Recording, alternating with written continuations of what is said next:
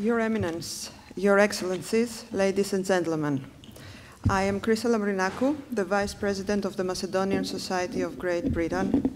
On behalf of the Executive Committee, I would like to welcome you tonight. The Macedonian Society was founded in 1989 with the aim of promoting the Macedonian history and culture, and it is the main organization in the UK that informs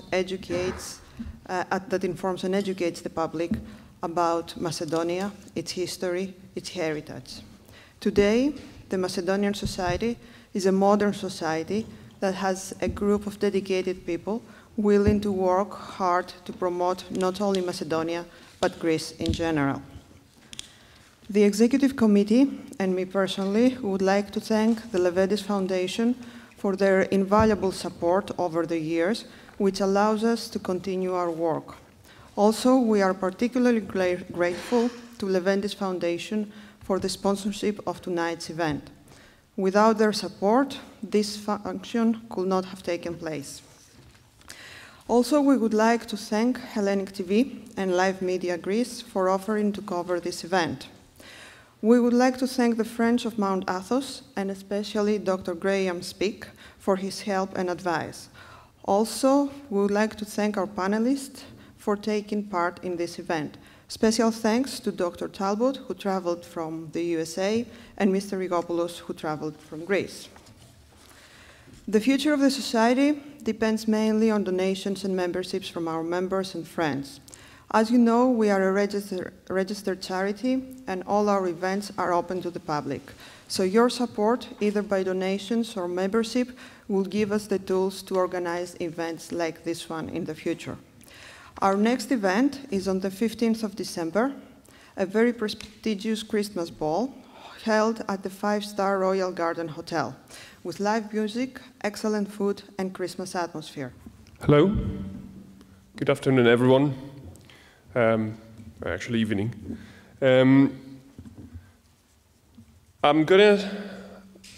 I'm going to speak about our panelists today, and a great warm welcome to all of you who have made it here. I'm going to start talking about each one's achievements in life up to this point and the topics they've talked to before, according to the order they're going to speak. First, Graham Speake. Graham Speake is the founder and chairman of the Friends of Mount Athos.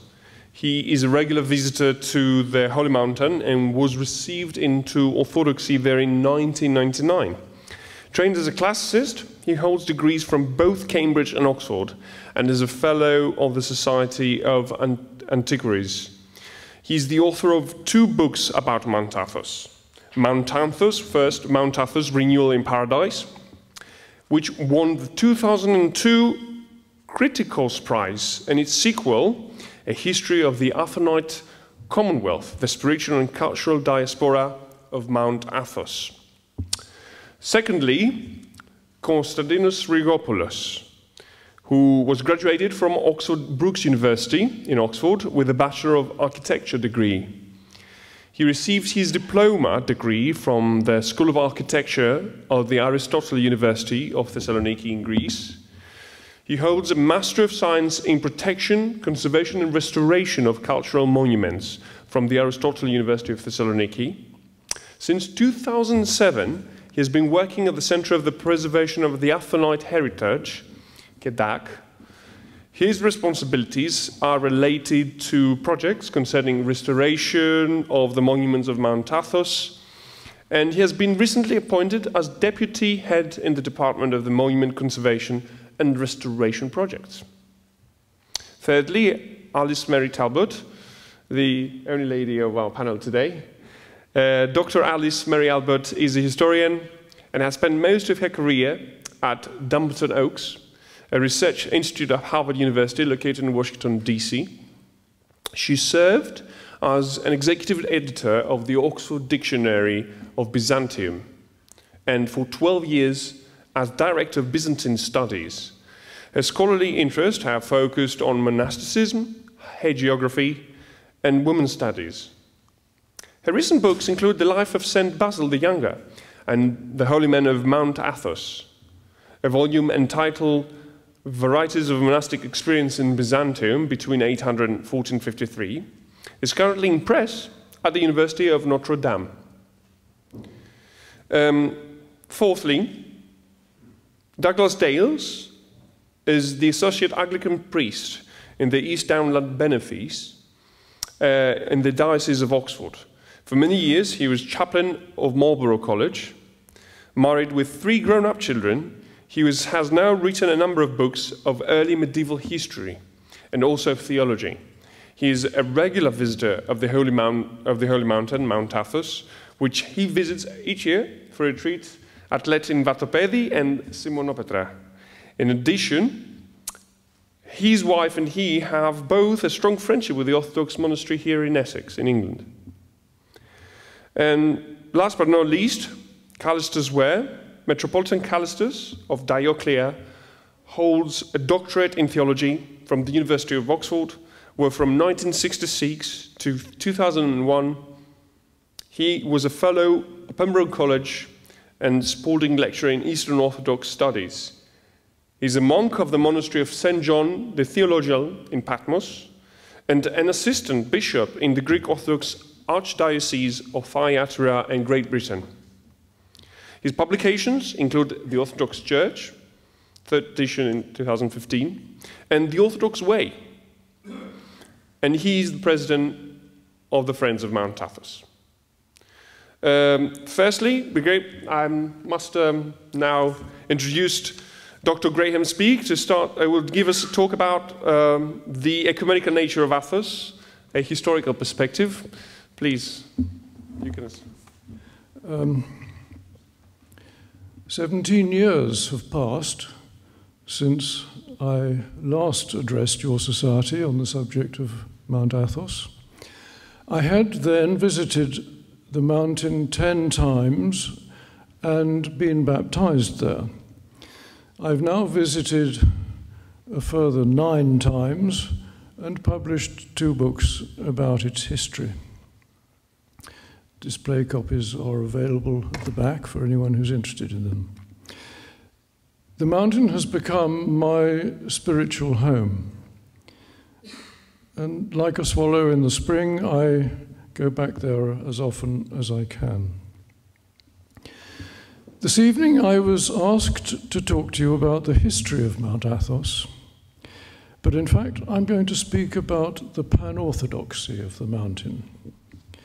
For me, it's the Pan Orthodoxy of Athos that is the jewel in its crown, and it has been so throughout its history.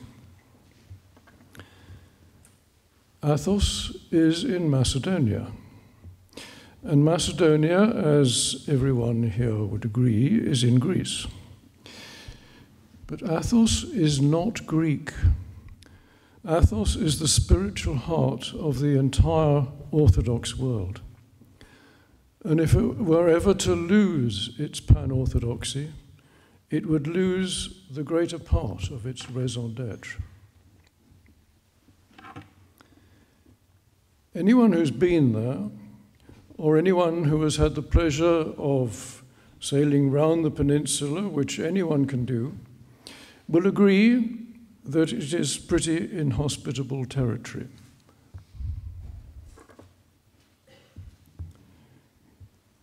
The further south you go down its coast, the rockier it gets, until at the southern tip, the mountain itself suddenly springs up out of the sea to a height of just over 2,000 meters.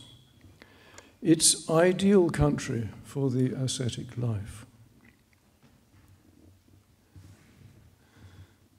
The first hermits came in the 9th century. They lived in caves or built themselves rudimentary huts, often overlooking the sea, like these at Carulia. Some of them are still there. They live amazingly austere lives, devoting themselves to prayer and scratching a meager diet from the infertile soil. Not all the hermits live in such vertiginous locations. This is a cell probably inhabited by a small group of monks in rather pleasing countryside, with its own olive grove at the foot of the mountain itself. Many monks still live in situations like this. They don't all live in the monasteries.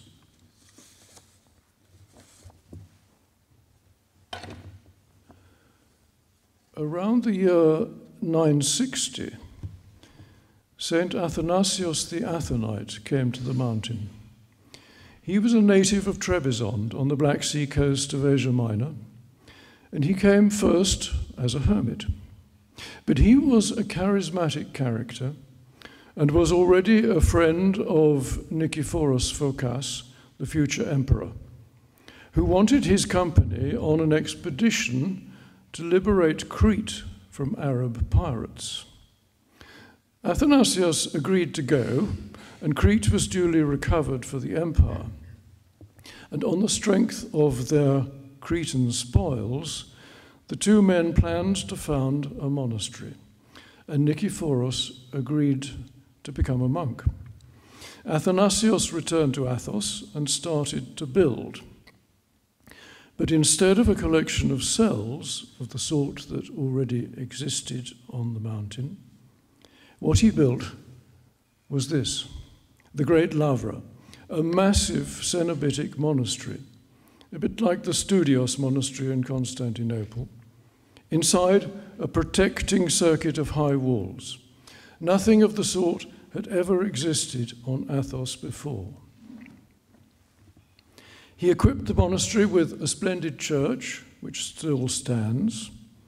The church was completed in the year 963, and that date has been associated ever since with the foundation of the monastery. So, for example, it was in 1963 that celebrations were held for the millennium of Athos. Also in that year, 963, Nikephoros was crowned emperor, thus breaking his agreement to become a monk. But he continued to support the monastery with gifts not only of money, but of relics and a generous annuity to secure its future.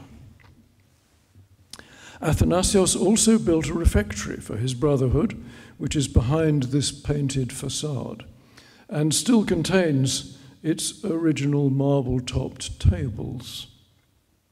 Now, with a church and a refectory, the fathers had somewhere to worship together and somewhere to eat together, which gave them the basic facilities for a Cenobitic or common lifestyle. The monastery flourished, and by the end of the decade, the 960s that is, it had a brotherhood of 120 monks. Athanasius remained as abbot for nearly 40 years, during which time he acquired fame not only for his piety and his learning, but also his qualities as a ruler and pastor, a reputation that attracted monks from all over Eastern Europe and even further afield, from Georgia and Armenia in the east and from Italy in the west. During Athanasius's lifetime, numerous other monasteries were founded on Athos. Not all of them survive, but of those that do, this one needs to be mentioned. This is Iveron, the monastery of the Georgians.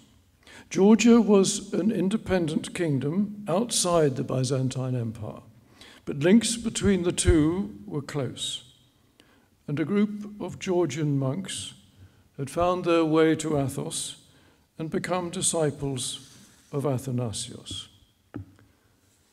In return for services to the emperor in war, the Georgians were granted generous sums of money, as well as land on Athos, suitable for the foundation of a monastery. And this is the result.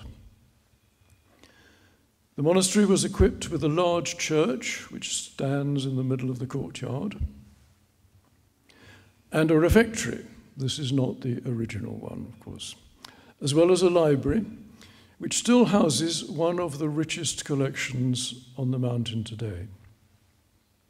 and the monastery soon became an important centre for the copying of manuscripts and for cultural exchange between Byzantium and Georgia.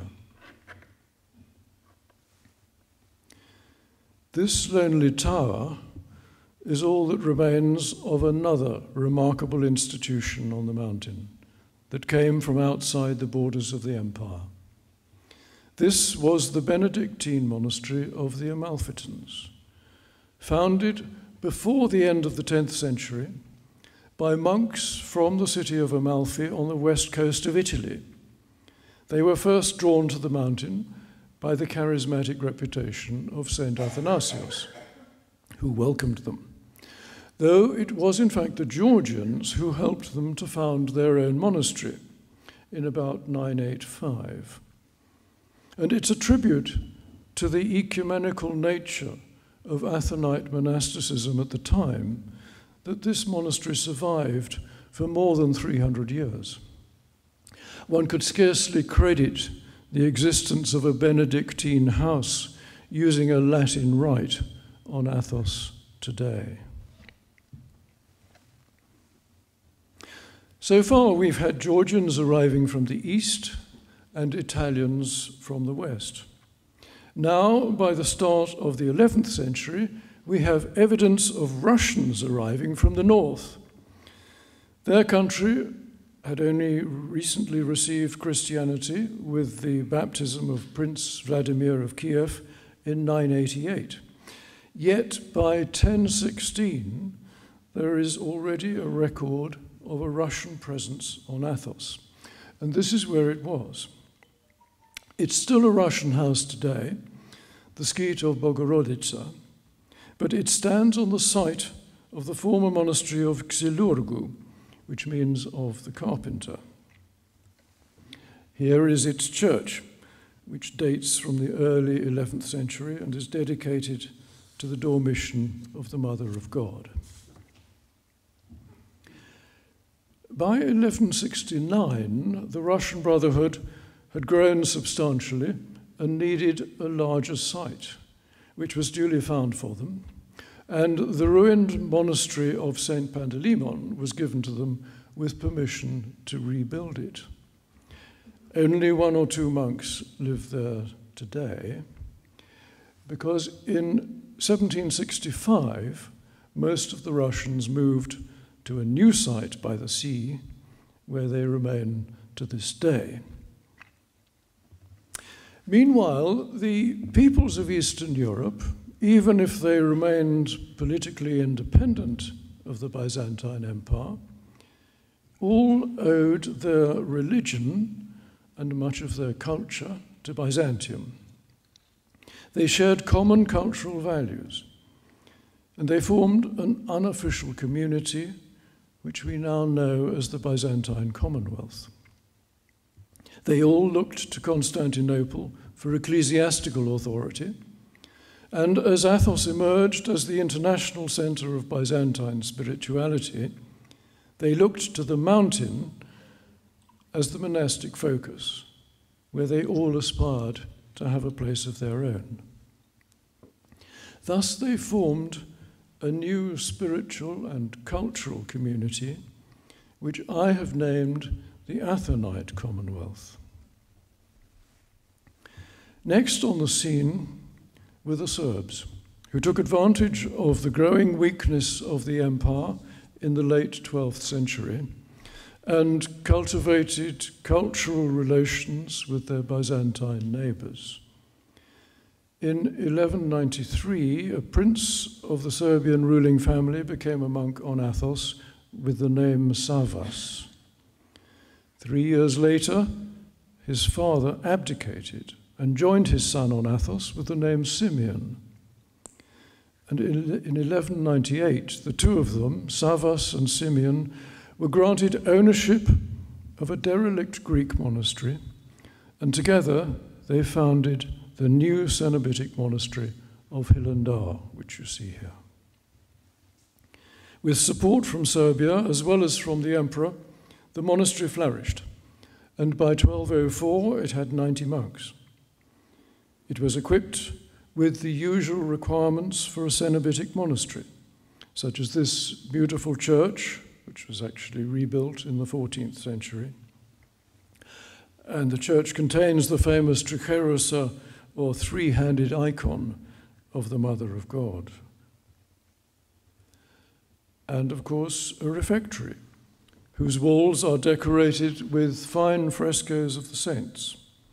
Hillendar Monastery is much loved by the Serbs and holds a central place in Serbian cultural memory. St. Savas is the country's patron saint, and you see him wherever you go.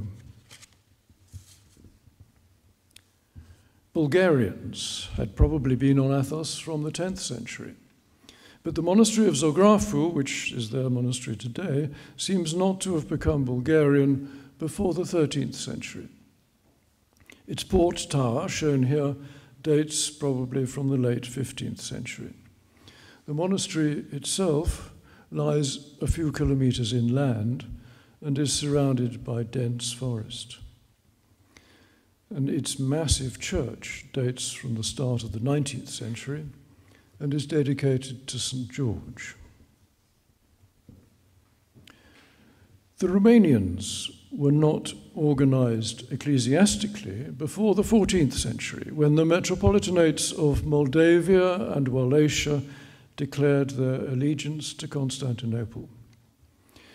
The Greek monastery of Kutlu Musiu, seen here, was an earlier foundation, but by the 14th century it had become very dilapidated, and its abbot sent a plea to the rulers of Wallachia for assistance. They undertook to rebuild it, and in return, Romanian monks were admitted to the monastery, which for a while was known as the Lavra of Wallachia. But in fact, it never ceased to be a Greek monastery, and the Romanians have never actually held a monastery of their own on Athos. But they do possess a number of subsidiary settlements, such as the cells of Kallistos near Vatopedi, which you see in this picture, where the celebrated blind elder Dionysios lived until his death at the age of 96 in 2004. Also Romanian is the Skyta Prodromou, which is a dependency of Great Lavra. This skyt has seen revival recently, thanks largely to the inspired leadership of Prior Petrenios, and numbers have risen to about 50. Similarly revived is the other Romanian skyt of Lacu, which nestles below the peak of the mountain itself and is a dependency of St. Paul's Monastery. Here, the revival has been led by Prior Stefan, seen here in a photograph taken 20 years ago. As at Prodromou, numbers here have also risen to about 50. They were down to 1 in the 1970s. In the 19th century, there was a dramatic expansion of the Russian presence on the mountain, as is demonstrated by this picture of St. Andrew's Skyt. It housed nearly 1,000 monks at its height, and in the first decade of the 20th century, Slavs were actually in a majority on Athos, outnumbering Greeks. But then the bubble burst. They were split by heresy, and half of them were deported. Then they suffered revolution and civil war, and after 1917, no more Russians came to the mountain, either as monks or as pilgrims. And the monks on Athos gradually got older and older and fewer, until the last monk at this skyt died in the 1970s. 2 of the Russian skyts were Hellenized in the 1990s, including this one. But the Russian monastery of St. Panteleimonos has now seen considerable revival and has a brotherhood of about 100 monks.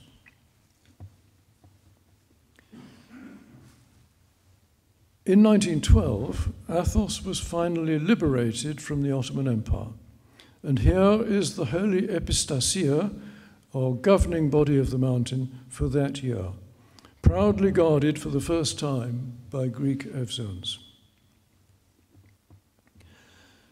Athos continued to produce holy men throughout the 20th century, and still does so today. Here, for example, is the celebrated hermit of Karoulia, the Russian Father Nikon, who died in 1963. Now, this is a brand new fresco at Kallistos, which I saw for the first time this year, and which shows some of the greatest new saints of Athos.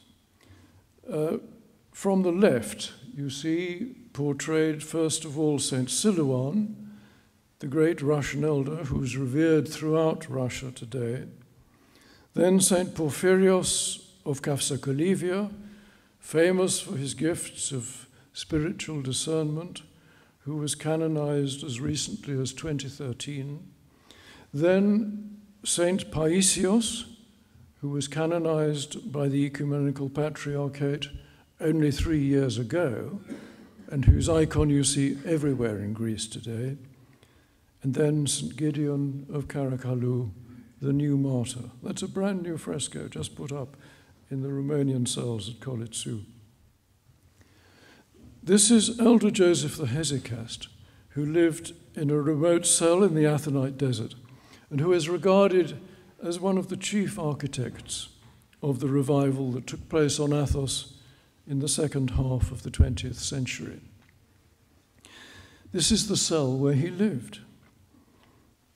His disciples went out from there to revive no fewer than 6 Athonite monasteries.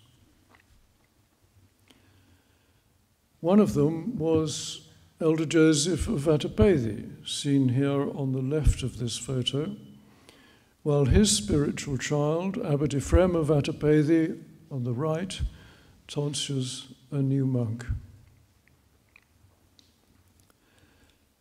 And now we come full circle. As I said earlier, the Georgians were among the first to acquire a monastery of their own on Athos in the 10th century, though they lost control of it in the 14th century. But recently, Georgian monks have been returning to the mountain.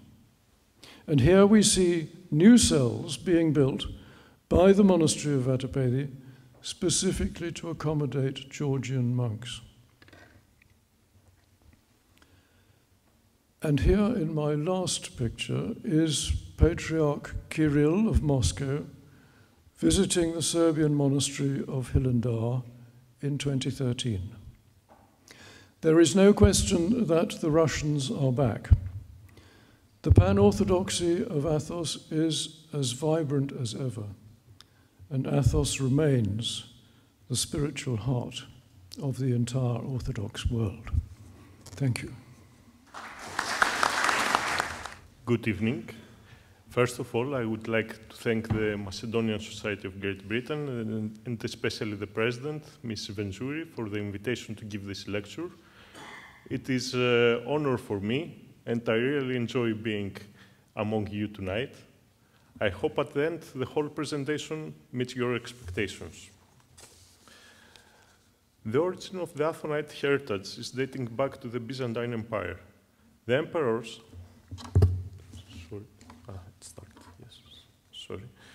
the emperors and other influential persons of the empire aided in every possible way the Holy Mountain in order to develop a great architecture which would reflect the glory of the Byzantium. The financial capacity, the geomorphic conditions of the area, and the need for protection from the pirate raids during medieval times resulted in the creation of large building projects based on the principles of Byzantine fortress architecture. So the high walls that surround each monastery, except that they are a real fortress with turrets, battlements, and defensive towers, at the same time they symbolize the limits of the monastic community from the outside world. The isolation and absence of secular life has obliged each monastery to become as much as possible a self-sufficient production unit. The original form of the Athonite Monastery has been therefore a combination of a Byzantine fortress on the outside and a set of urban-type buildings focused on the Catholicon on the inside. The settlement of Mount Athos are classified in the following categories. There are 20 monasteries. Each one is a large fortress-like building complex with its building arranged in a perimeter around the courtyard, whose center is occupied by the large church, the Catholicon. In addition to the ruling monasteries, there are many other smaller settlements. There are 12 skytes. The 4 Cenobitic skytes set up just like the monasteries, that is, as a closure of monasteries. They are smaller, poorer, and more ascetic compared to their parent house, but their organization is very similar to that of monasteries. The 8 idiorhythmic skytes are more loosely structured, having the form of a cluster settlement of houses known as Kallistos, which are scattered around the main common church, the so-called Kyriakon. Cells or Kelia represent the smallest organized monastic establishments. They are independent buildings scattered around the cliffs and valleys of the mountain. They have living quarters and an attached chapel. They are generally occupied either by a single monk or by a small group of monks. Kallistos and Kathysmata are like the Kelia, but usually smaller. Finally, in remote and inaccessible locations, there are hermitages, simple huts, shelters, and more often just caves in the cliffs. It is easily perceived that the way people are living in a region, as well as the available local building materials, have great influence on the architecture of that region. This effect becomes even greater if the way of life of the inhabitants is quite special compared to those found in the rest of society, just as it happens in the Holy Mountain. It is necessary to explain briefly the 2 different ways of monastic life we meet on Mount Athos. Today, the classic Cenobitic type is applied in all 20 monasteries of Mount Athos. According to it, the life in the commune is developed within the limits of the enclosure of the monastery and is based on the common daily schedule of the monks. In the context of the Cenobitic type, there are included common program of services and prayer, common dining, and distribution of various obediences and jobs. The idiorhythmic type had spread during the Ottoman rule in several monasteries. In the idiorhythmic type, each monk is financially dependent and responsible for himself. He has a private space not only for his personal accommodation, but also for the preparation of the daily food, with private dining room and kitchen, as well as guest rooms. Today, this type has become extinct in the monasteries, but kept on the 8 idiorhythmic skytes. It becomes obvious that different types of monastic life lead to different architectural solutions. The most important of Mount Athos settlements are, with no doubt, the 20 monasteries. The organization of the Athonite Monastery is based on the model of the ancient fortified town. It consists of a rectangular fortified enclosure surrounding a central court in which the main church, the Catholicon, forms the center of the composition. Around it, inside the court, various chapels and other buildings are scattered where space allows. The refectory or trapeza is placed opposite Catholicon.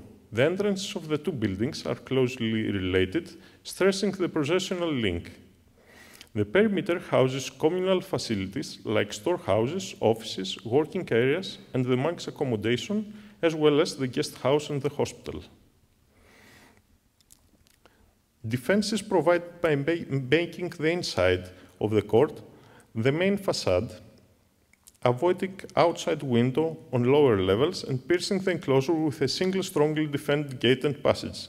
The fortification of the religious establishments and several isolated locations on Holy Mountain is an issue that is at first glance alien to the spiritual character of the place. However, it should be considered the fact that Athonite monasteries were constituted at very difficult times. The defensive character of the monastery enclosure is more apparent in the oldest surviving parts of precincts, such as in the western part of the southern side of the Great Lavra. In the newer parts, the improvement of security conditions is expressed with the increase of windows in number and size, the creation of closed and open balconies, and the care for more organization of the facades. Nevertheless, the main spatial characteristics of the settlement, recognized in the relationship of its major structural elements, the enclosure wall, the church, and the refectory, remained constant. This continuity of elements was connected to the prescribed daily routine of the monastic life, which didn't change for centuries. This formal model is followed to the extent the topography allows. In case where horizontal expansion is problematic, the monastery expands in height with the addition of floors, often gaining a strong visual appearance. The evolutionary process, although accepting external influences and local attitudes from the neighboring mainland, maintained its strict traditions and always aimed to achieve its own objectives. In this way, Athonite architecture never lost its appeal towards the monks and remained direct towards their way of life. It aimed to fulfill the practical and spiritual aspects in their life. In this context, the element of the accidental is to be anticipated, if not forgiven, taking its place in the architectural development of the monasteries. The most important building of the monastery of Mount Athos is without doubt the main church, the so-called Katholikon. The Katholikon stands usually where space allows, free in the middle of the court, expressing in this way the sovereign role as center of the life of the monastery. The typology of Mount Athos Katholika belongs to the so-called Athonite type of church, which is basically the composite of cruciform type, crossing square plan, with the addition of two lateral niches of the choirs. All have the basic parts of church, narthex, naos, and sanctuary. The distinctive difference from the Byzantine church elsewhere are the spacious, usually column-support narthex, the so-called liti, and second, the chapels that are sometimes at the end of the liti. To the west of the liti, there is the arcade with open or closed arches in the facade, while sometimes between this and the liti, there is another narthex, the exonarthex, which is narrower than the liti with simpler roof. Kyriakon. The architecture of the Kyriakon, that is the central church of the Skiti, follows in general lines the features of the architecture of Katholikon. Though it is Athonite type church, it is less conservative in style and simpler in form. The masonry is plainer, and the proportions of the apses and the domes are heavier than in the Katholika. From the general rule should be excluded the Kyriaka, which were built after the mid-19th century in Cenobitic Skytes with a foreign monastic brotherhood, for example, in Skyti of St. Andrew in Karges, which reflect the characteristics of Eastern European church architecture of the era. The chapels are a particularly large group of buildings on Mount Athos. Sometimes they are separate buildings, and other times part of larger building complexes, Catholica, monastic wings, towers, cells, boat houses, etc. From a typological point of view, the majority of chapels belongs to a compact cross-register type. In this type, the columns are attached to the side walls as pilasters, so that the whole space of the nave to be covered by a dome, usually without a drum.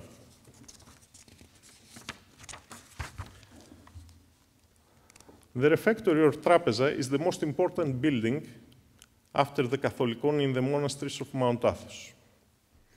The monks go there in procession after the end of divine liturgy. It is logical, therefore, that it should be located in the immediate vicinity of the Catholicon, so that the distance between the entrances to be the smallest possible.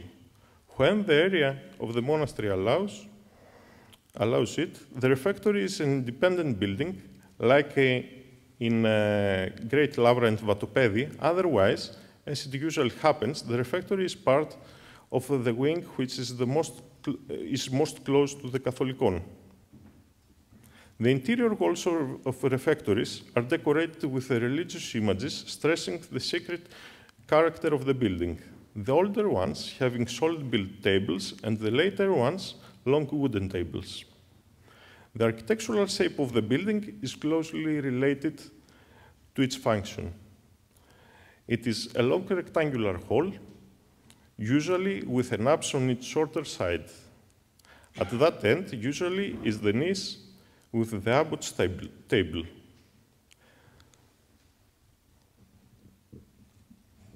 The fiali is used for the ceremony of the blessing of the waters. The fiales are the most elegant architectural elements of the Athonite monasteries.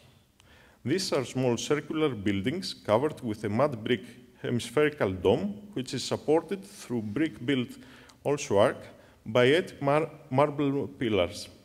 They are usually found west of the Catholicon. Not all the monasteries have one. Where there is insufficient space, open space, there is no fiali. The buildings of the wings, intended for the installation of the monastic community. They include areas that accommodate various needs of the monastery, integrating often buildings with special functions. For example, the refectory or the kitchen, wherever there is not enough space. In these cases, the Catholica and the Fiales are the only buildings that usually remain independent. The ground floor and the basement are usually used for the storage of various supplies, food, wine, oil, etc., while the other floors are occupied by spaces of permanent residence, rooms for monks, nursing homes, hospitals, places of administrative functions, offices, synodikon, abbacy, as well as space for the reception and the guest rooms. Depending on the needs of its specific use, there are also corresponding auxiliary spaces, kitchens, lavatories, etc., and of course, chapels. The typology and the structure of the buildings of the wings have not changed substantially through the centuries. The construction consists of two main longitudinal walls.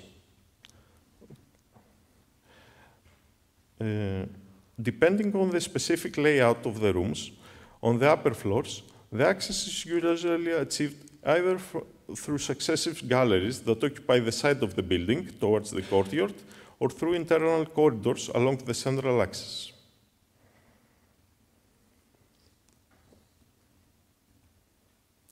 Regarding to the form of the wings, the outer facades of the oldest examples of the early Ottoman rule were solid and immutable, with a strongly fortified character, with little or no decoration, and without special care about morphology. The symmetrically placed windows of different sizes are the result of subsequent improvisations. Until the 17th century, the facades of the wings towards the courtyard are formed in successive continuous rows of wooden balconies alleged on pillars or wooden columns. By mid-century, the facades of the successive brick arches and the walls of rubble masonry with brick decoration begin to dominate. During the 18th century, the application of the galleries with arcades generalized and the brick decorative masonry got enriched. From the beginning of the 19th century, gradually the facades of the fully built arcades with the blind arches seem to prevail. In these cases, there are rows of rooms on both sides of the buildings, and instead of rubble masonry, there used to have been built walls with semi-hewn stones and bricks. After the 19th century, the use of purely semi-hewn or fully chamber masonry expands and begins to show influences from the sophisticated architecture of the time, while there are some influences of classicism in individual elements of the buildings. The defensive character of the Pan-Athonite establishments makes the tower an essential element of their architecture. Built at the highest or the weakest point of the monastery, they served as observation posts against pirate raids and as the monks' last refuge when the rest of the monastery had been occupied by pirates or brigands. Observation towers were also built over a number of the monastery's boathouses.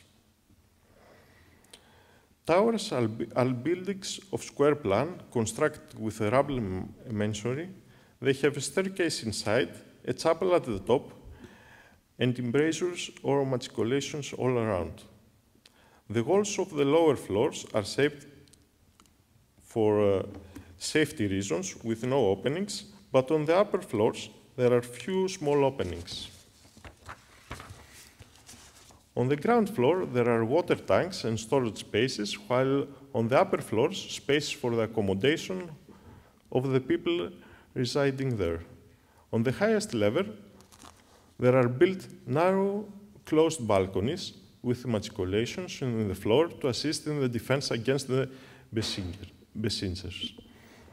These elements, in combination with the necessary battlements at the top of the walls, give the otherwise heavy and without decoration towers a sense of variety and some morphological interest. From the early days of monasticism on Mount Athos, the sea formed the primary means of communication, both with the outside world as well as within the community due to the mountainous interior of the peninsula and the absence of infrastructure discouraging land travel. Each monastery possessed then, as it still does today, its own boat, which has been used for transport, fishing, and trade purposes. The importance of sea travel, as well as the need for protection against pirate raids, materialized in the buildings of boathouses or arsenas. As a result, the characteristic type of boathouse found on Athos is the defended boathouse, which combines the boat store and storage area with a defense tower housing the caretaker's accommodation. The boat store consists of an elongated space with a large arched entrance, which is always open at the narrow side towards the sea, so that it is easy to lift or launch the boats to and from the interior. In the towers of the boathouses provide the first line of defense against pirate raids scattered on the coasts of Athos. Today, Mount Athos faces the challenge of adapting itself to modern technologies without losing its traditional character. As far as architecture is concerned, this balance is not always easy. More young monks have a renovating spirit and are bent on leading a less retiring life. As a result, just next to humble traditional cells, big and modern buildings erect in order to accommodate and serve modern needs and amenities. The authority for restoration work in Athonite architecture belongs to the Center for the Preservation of Mount Athos Heritage, KEDAK. Among the key principles of restoration is that a human work is a carrier of memory. The aim of the restorer is to safeguard the memories of human generation as they are imprinted in the passage of time over the bodies of monuments. Our everyday effort at KEDAK is to achieve a balance between tradition and the contemporary demands of modern monastic life. Thank you very much for your attention. My topic this evening is women and Mount Athos in the Byzantine period, and I emphasize the conjunction and. Women and Mount Athos, not women on Mount Athos. As most of you are aware, it would in fact be impossible for me to talk about women on Athos, since for many centuries they have been forbidden to set foot on the holy mountain. This is a result of the tradition of Avaton, the principle that women are denied access to Athos. The practice seems to have been in force since the 9th century, when hermits first arrived on the deserted peninsula and began to turn it into a center of Orthodox monasticism.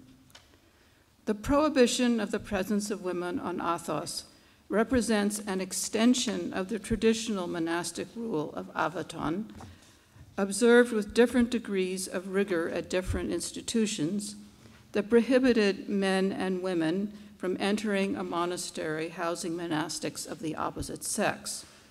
In the case of Athos, the mountain came to be regarded as one large monastic complex, and hence it seemed proper to impose a total prohibition on women.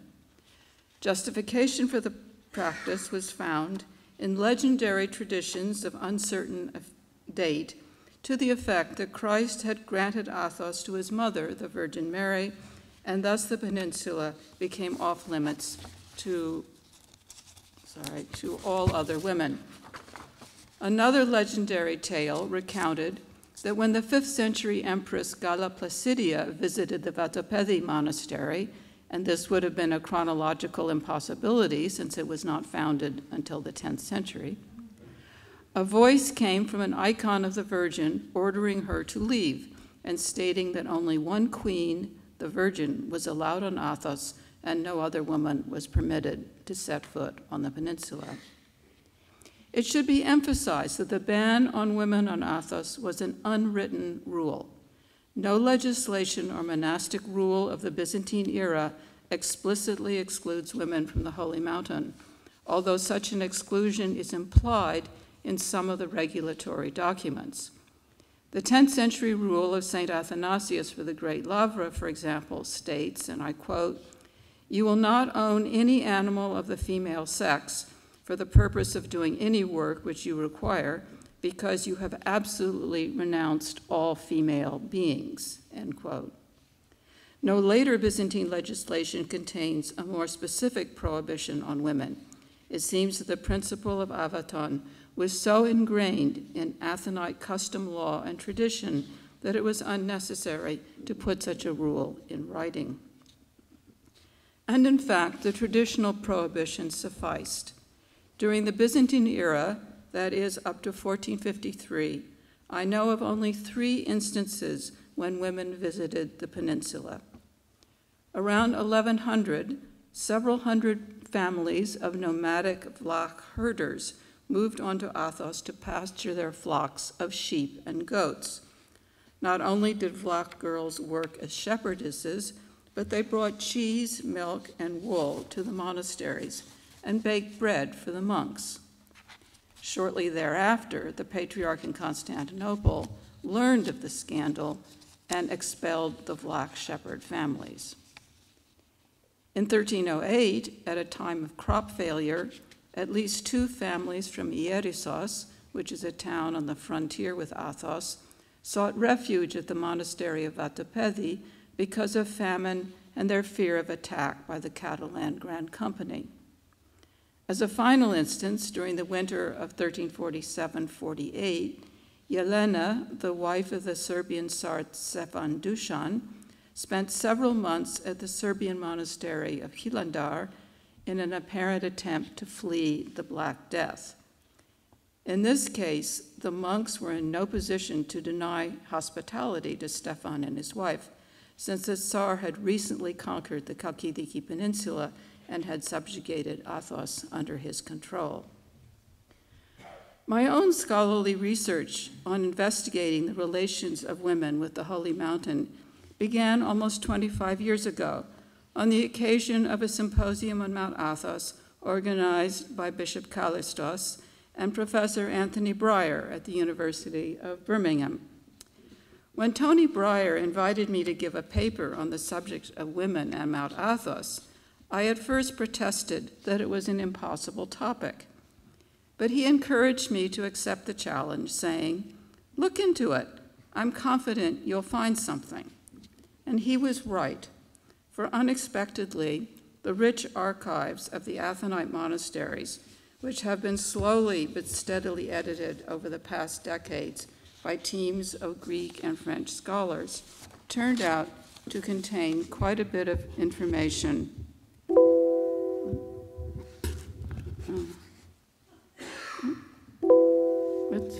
This is not working. Okay, there it is. About female vendors and donors to Athonite institutions. Although women could not visit Mount Athos, monks could leave the Holy Mountain on business trips, during which they inspected the monastery's far-flung properties. And here I show you a map shows you a few of the locations where Athonite monastic properties were located, just to show you how far afield from the Holy Mountain these were. The properties included fields, vineyards, olive groves, water mills, and salt pans in the countryside, and houses, workshops, stores, and gardens in cities. In addition to overseeing these varied parcels of real estate, the monks were always seeking to add even more properties, and they often negotiated face-to-face with women, especially with widows who had inherited substantial amounts of land and other immovable assets upon their husband's death and regained control of their own dowries. I have calculated that women were involved in 43% of all property transactions recorded in the Athonite Acts published to date, 27% in concert with their husbands or other male relatives, and 16% women acting on their own behalf. Not all the sales were completely voluntary, for sometimes monasteries exerted pressure on men and women alike to sell land that was adjacent to lands already owned by the monastery, so as to make up a contiguous parcel. On other occasions, monasteries used their economic might to force agreements with women in financial distress. In essence, the monasteries, with their large monetary reserves, were serving as banking institutions, which were a ready source of money for families that were cash poor. Thus, we read about a woman who sold a field to the Aviron monastery in order to acquire the funds to ransom her son, who had been captured by the Arabs. Another woman was forced to sell land from her dowry because the family had suffered from a series of crop failures and was unable to support itself. The monasteries might offer a loan, with houses serving as collateral. If the loan was not repaid within the agreed period of time, the monastery took possession of the houses. Monasteries were also viewed as a safe repository of funds.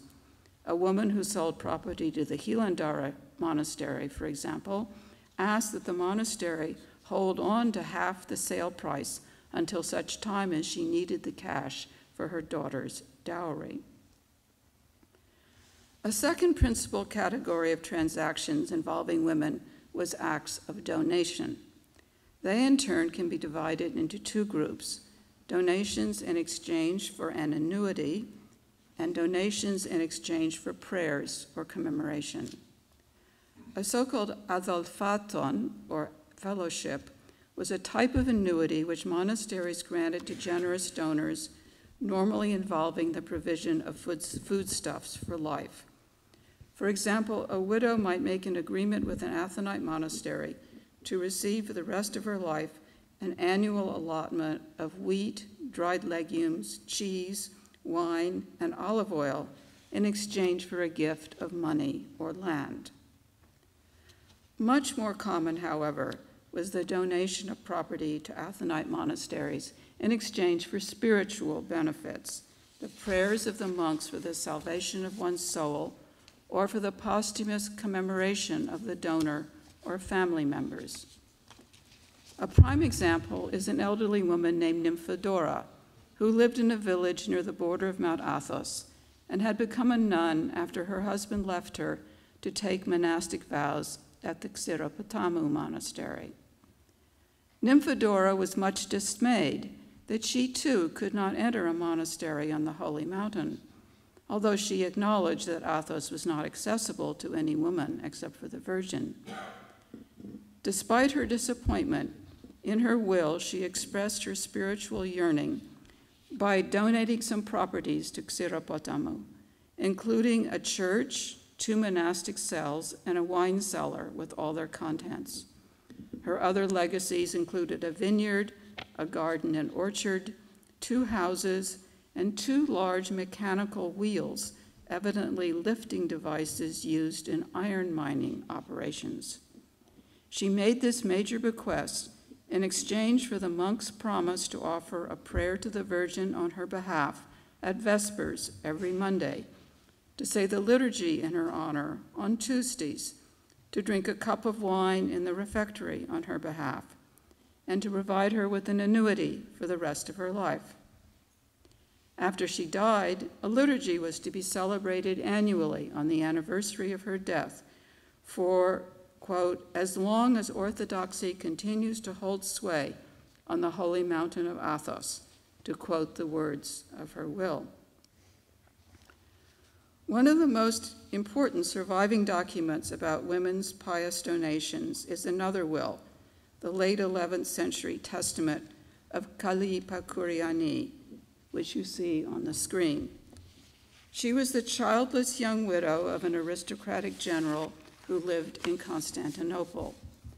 And I should note parenthetically that these 2 women's wills, the only such documents preserved from the Byzantine era, have survived thanks to the fact that a copy was deposited in the archives of an Athonite monastery.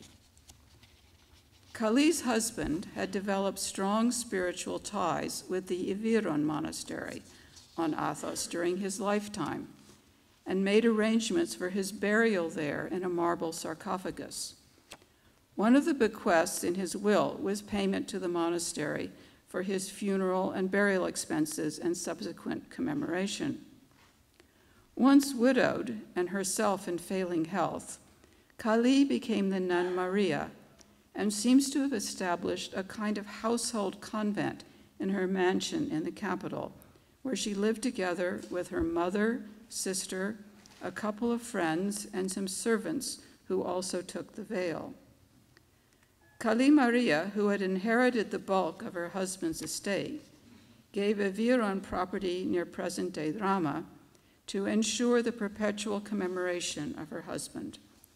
The revenues from the estate were to provide sufficient income for the annual services, specifically 100 bushels of wheat, 10 sheep, and 100 measures of wine to cover the expenses of the memorial service, a festive meal, and distributions to the poor.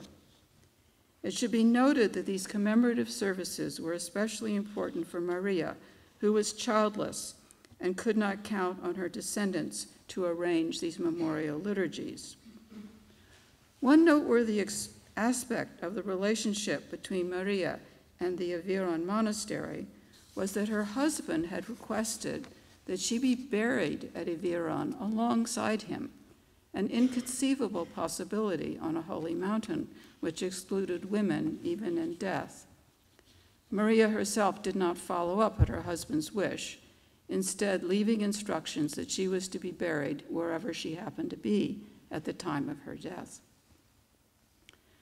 The spiritual connections of some female donors to Athonite monasteries were so close that a few of them even termed themselves brethren of the monastery.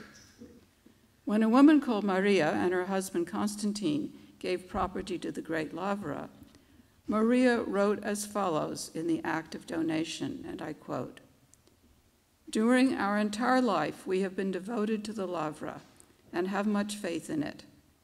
Therefore, since we have now reached old age and have no son or anyone else to take care of our souls, we have sought refuge at the Holy Lavra as at a harbor of salvation, so that the monks may inscribe our names in the holy diptychs of the Church to be commemorated at the Holy Liturgy in atonement for our sins.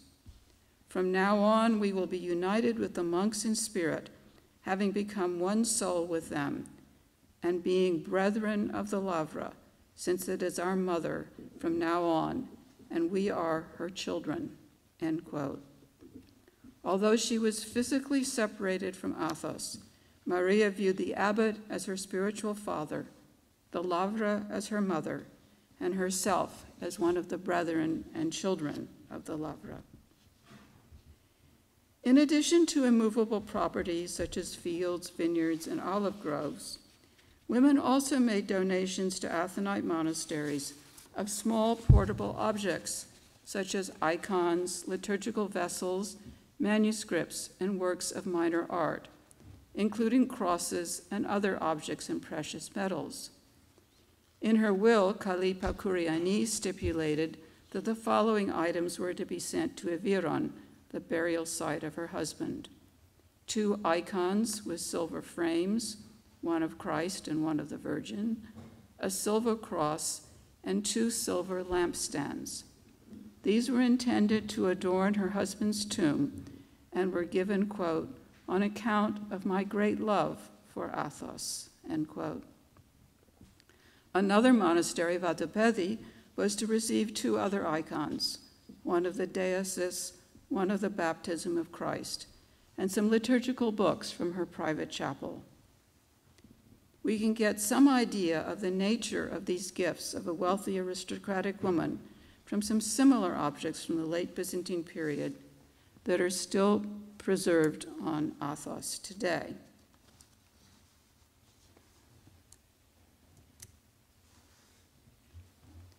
First, let me show you an icon now at the Vatopedi Monastery, the Virgin who is the hope of those in despair. It was commissioned in the 14th century by a woman called Anna Philanthropini for the Convent of Good Hope in Constantinople, and at an unknown date ended up at Vatopedi. Thus, it was not originally a donation to Athos, but it is exactly the type of icon that a wealthy woman might have possessed and left as a legacy to a monastery.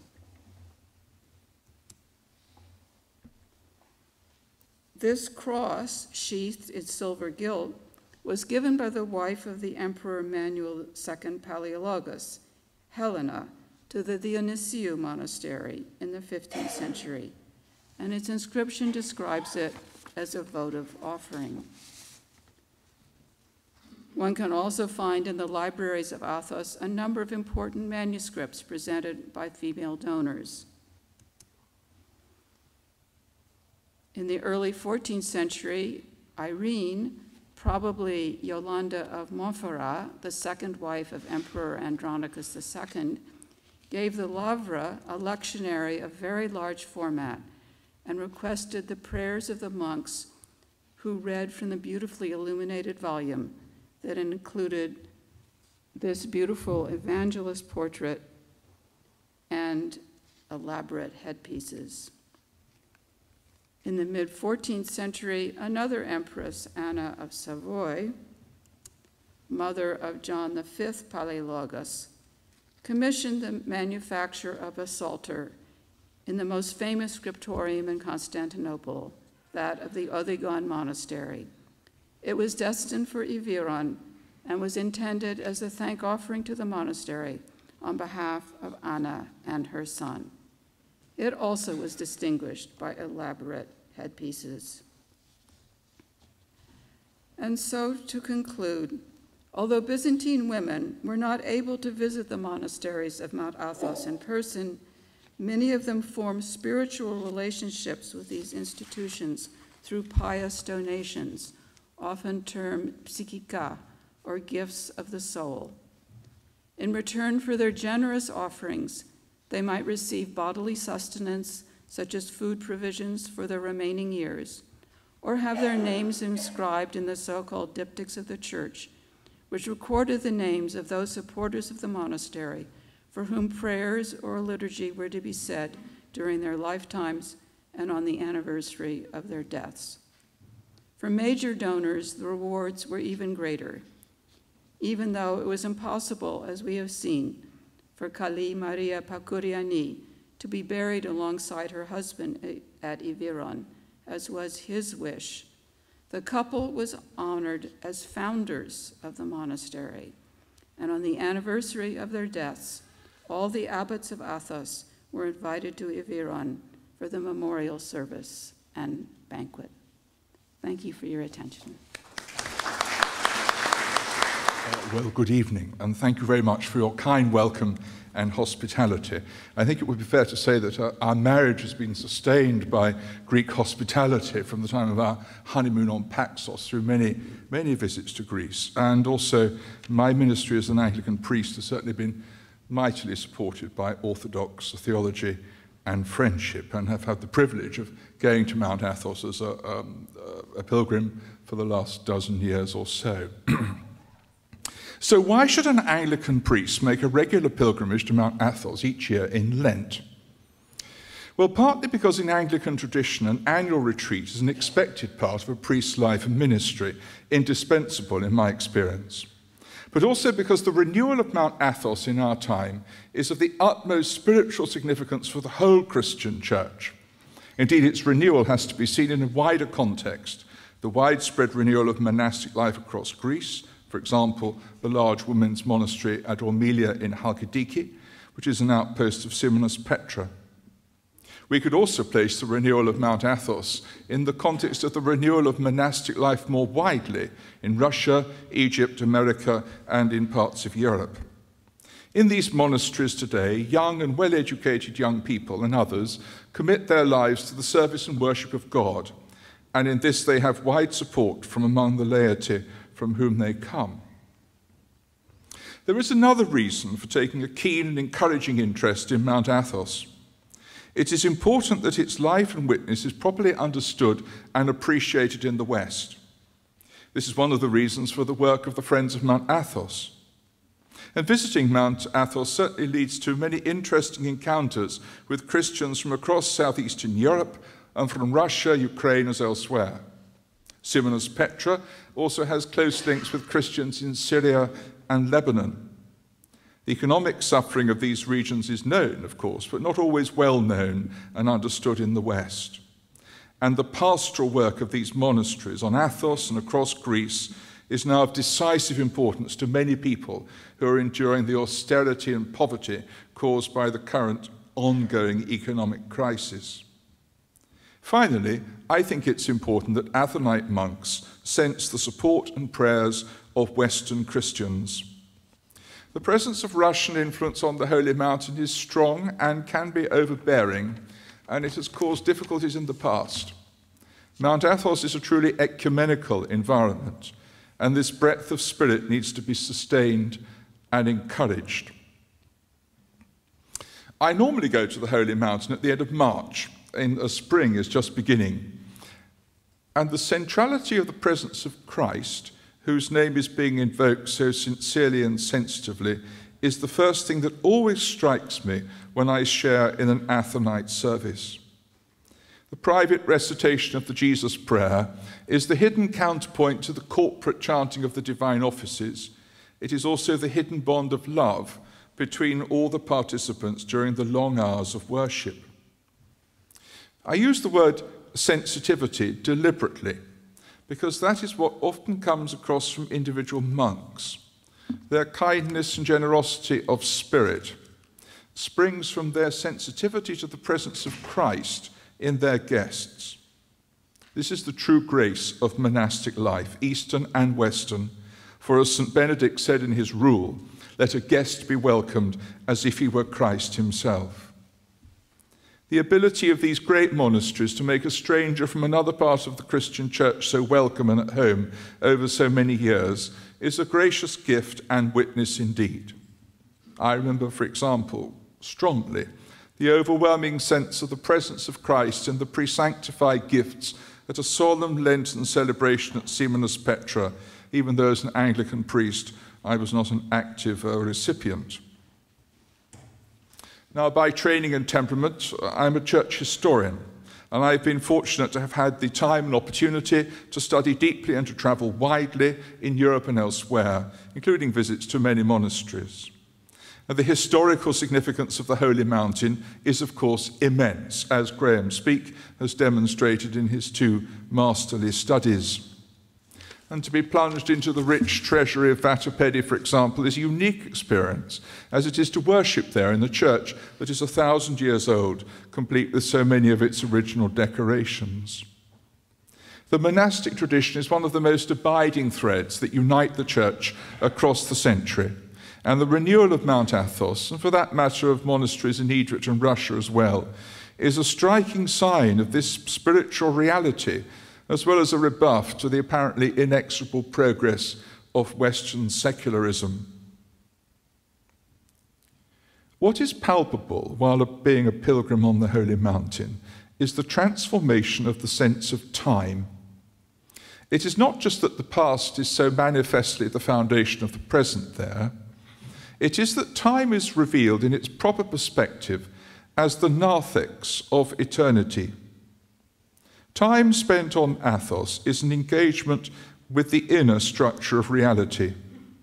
It is this that changes people, probably for the most part quite unself-consciously. The phrase from the Western Apostles' Creed, Communio Sanctorum, takes on its full and original meaning, the communion of holy people, of holy places, of holy things, within the koinonia, or communion, that flows from the inner life of God, the Trinity. The great silence of Athos, as well as its beauty, establishes a true sense of the words with which the Bible opens and closes. God saw that it was very good, and behold, I am making all things new. This transformation of vision is an abiding one because it steals up unawares, and all that is required of the pilgrim is a clear mind and an open and prayerful heart.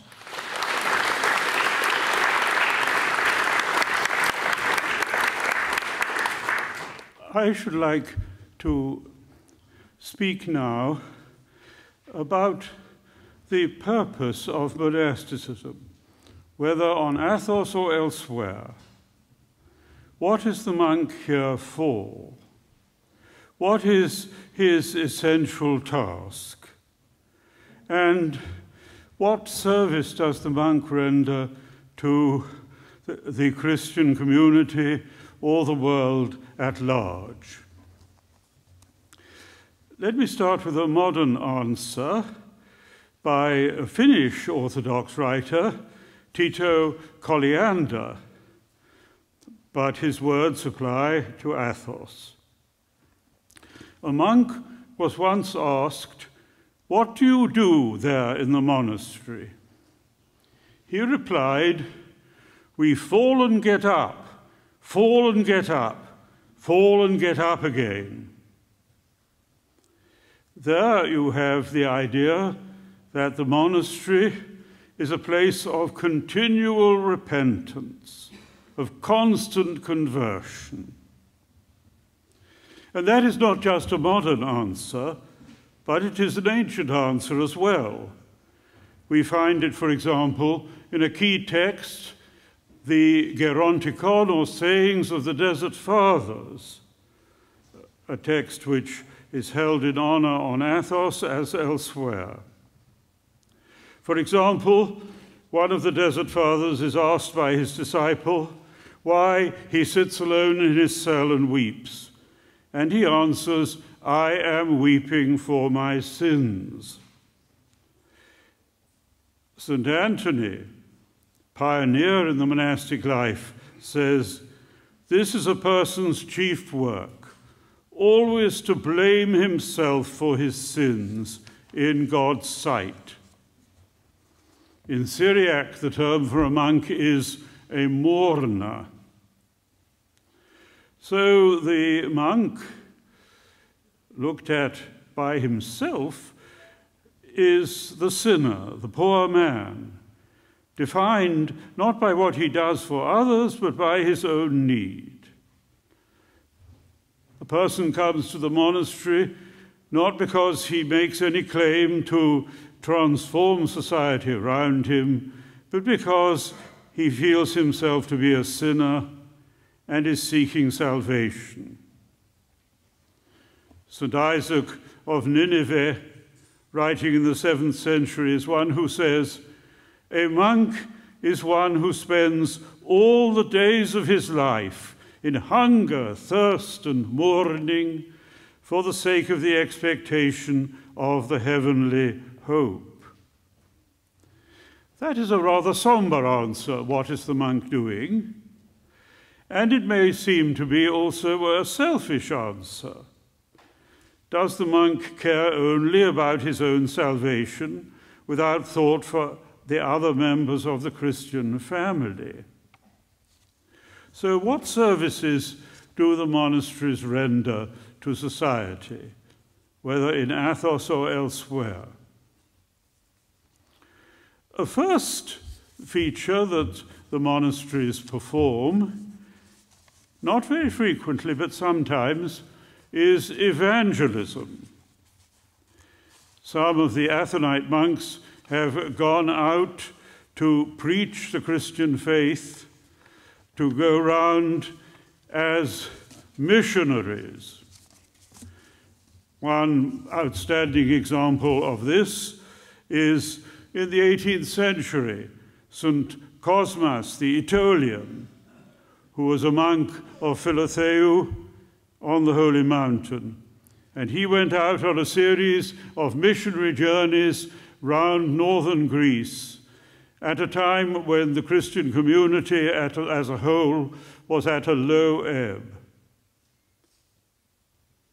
But most monks do not expect to leave Athos in order to go and preach the faith. They would expect to stay there for life. So we might say, secondly, do the monks of Athos contribute to scholarship? We can recall how in the West, in the early Middle Ages, the Benedictine monasteries were largely responsible for preserving Christian civilization. But the Athonite monasteries have not been called to fulfill that kind of role, because in the Byzantine era and afterwards, there was always a tradition of lay scholarship, particularly among members of the civil service. Here is what is said by a contemporary Athonite monk, Father Diokleia, of the monastery of Dionysiou. In the Eastern Church, the existence of the scholar monk is quite unknown. The monk finds no justification except as a worker of virtue, as a contemplative soul called by God. The cell of the monk is not a room for scholarly research and writing, but a place for prayer, work, meditation, and the tempering of the soul for special spiritual struggles in an unworldly, solitary, and quiet region. Perhaps Father Diokleia rather overstates the point here, for there have been Athonite monks whose writings have had a profound influence on the life of the Church at large. A notable example, again from the 18th century, is Saint Nicodemus of the Holy Mountain, the editor of the Philokalia. And the Philokalia has had an unparalleled influence in orthodoxy over the last 200 years and is still a source of spiritual life to a very vivid extent. I suppose St. Nicodemus was not exclusively a scholar, but he certainly devoted his life to writing and editing. But that would not be true of all the monks of Athos. We might ask, in the third place, are the monasteries there on Athos or elsewhere to provide social and philanthropic and charitable work, service to the poor? The answer is that Orthodox monasticism in general has certainly done a great deal in the way of charitable work. Here are the words of a great Byzantinist, Norman Baines. One of the outstanding features of early Byzantine asceticism is its passion for social justice and its championship of the poor and oppressed. It has sometimes been said that the ascetic ideal of the East Roman was a barren withdrawal from the world of his day. In reality, the Byzantine, in his hour of need, turned instinctively for aid and comfort to the ascetic in the full assurance of his sympathy and succor. In general, we find frequent examples of monasteries running hospitals, old people's homes, almshouses for the poor and destitute, lodgings for travelers, orphanages, relief work for refugees. But that would be mainly the case with monasteries close to cities. Naturally, it does not apply to the same extent to Athos, which is distant from the large centers of civilization. But in certain cases, the Athonite monks have performed social work. For example, the monastery of Iviron used to run a house just outside the main monastery for lepers. I don't think that exists today anymore, but it is an example of direct social service.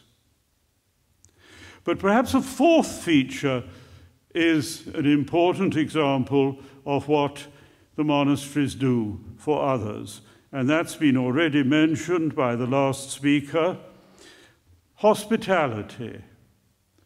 The monasteries are places to which pilgrims can come, where they can remain for a shorter or longer time, sharing in the prayer of the monks. As our last speaker said, St. Benedict in the West insists in his rule that the guest is to be received as if he were Christ himself. And that would also be the attitude of Athonite monasteries.